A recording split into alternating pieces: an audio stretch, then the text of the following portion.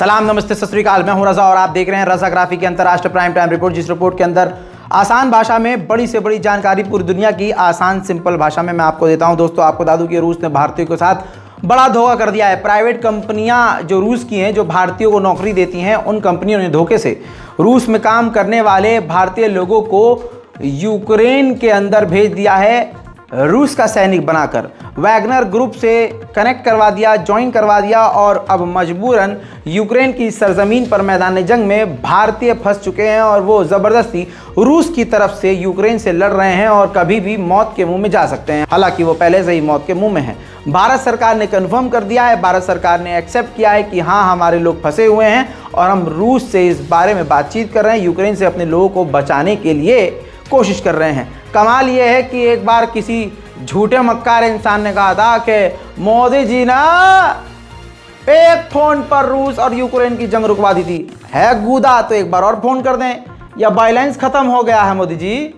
Balance तो बहुत होगा, फोन कीजिए, कहिए रूस और यूक्रेन जंग को रोकें और फिर अपने लोगों को ढूंढवाइए और बुलवाइए ना, दिखाइए जलवा। इसके अलावा यूक्रेन ने A-50 सर्विलांस विमान रूस का मार गिराया है। रशिया की कमर पर यह जोरदार लात। Вот трудовая Армения горит, все, самолет упал или что-то, и там еще что-то взрывается, короче. Вот у нас еще за дорогой тоже упало, еще один. विरोधी नेवेल्नी जो जेल में मारा गया, व्लादिमीर पुतिन का जो विरोधी था, उसको रूस ने नेचुरल डेथ, उसकी डेथ को नेचुरल डेथ घोषित कर दिया। और उनकी मां का यह कहना है, किसकी, नेवेल्नी जो मारा गया व्यक्ति है, उसकी मां का कहना यह है कि हमें धमकी दी गई है कि बोलो मत, बयानबाजी मत करो और हम तुम्हारे बेटे को तुम्हें नहीं सौंपेंगे, हम उसे खुद दफनाएंगे। Только что я вышла из здания Следственного комитета города Салехарда. Почти сутки я провела там одна, наедине со следователями и криминалистами. Адвоката они пустили только сегодня после обеда. Вчера же вечером они тайно отвезли меня в морг, где показали Алексея. Следователи утверждают, что у них известна причина смерти, у них готовы все медицинские и юридические документы, которые я видела, а медицинское свидетельство о смерти я подписывала. По закону они должны... तस्वीरों में आप देख सकते हैं, नेवेल्नी की बीवी से खुद बाइडेन जाकर मिले और जोरदार हक किया।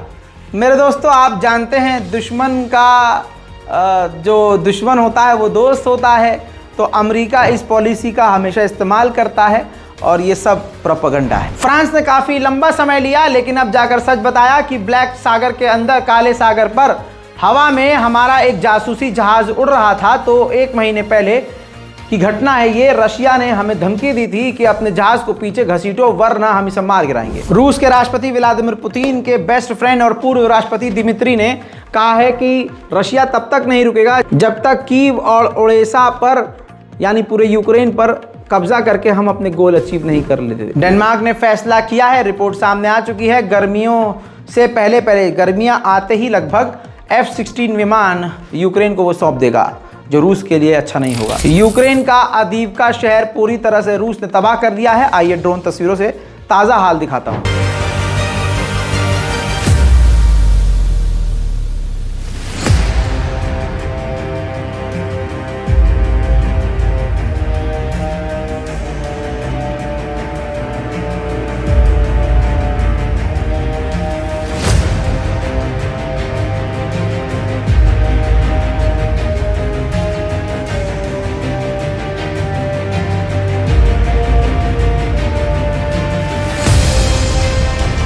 उधर व्लादिमीर पुतिन का अलग ही भौकाल जारी है। आपकी स्क्रीन पर व्लादिमीर पुतिन खुद उड़ा रहे हैं परमाणु बॉम्बर।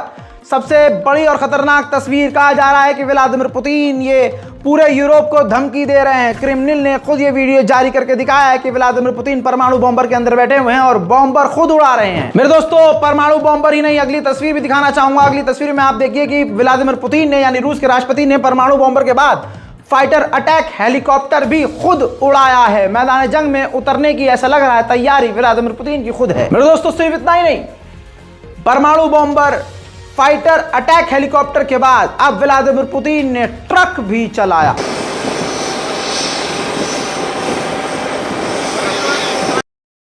Владимир Владимирович, здрасте. Здрасте. На трассе М12 Восток подбросите? Да. День есть? Есть. Она уже включена, что ли? Да, она все включена. С ручника.